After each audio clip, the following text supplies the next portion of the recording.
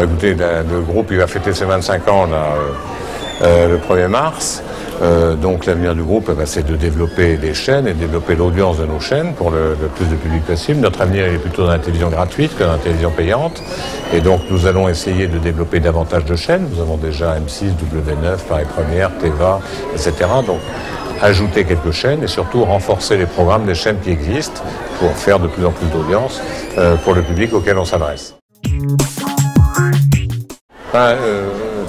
C'est plusieurs concepts différents. Sur la télévision connectée, c'est la possibilité de sélectionner, d'avoir accès directement à des contenus de la part du téléspectateur sans passer forcément par des réseaux linéaires. Nous, c'est une occasion de fournir un certain nombre de contenus et de les offrir différemment que sur nos chaînes.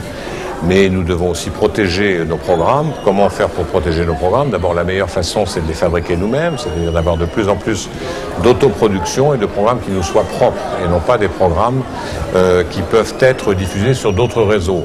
Quand on fait L'amour est dans le pré, Pékin Express, etc., c'est des programmes qui sont faits par nous et pour nous.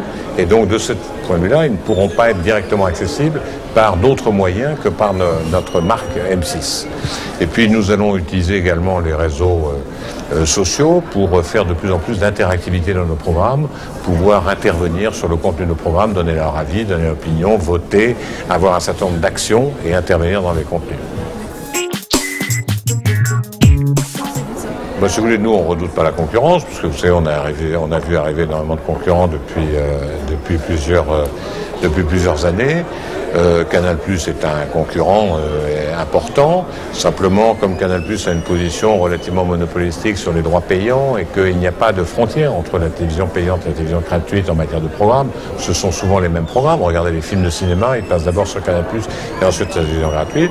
Il faut que nous assurions que les règles du jeu de la concurrence entre les groupes soient bien les mêmes et que les uns ne profitent pas d'une position dominante pour écraser les autres. C'est ce que nous regardons avec les autorités compétentes.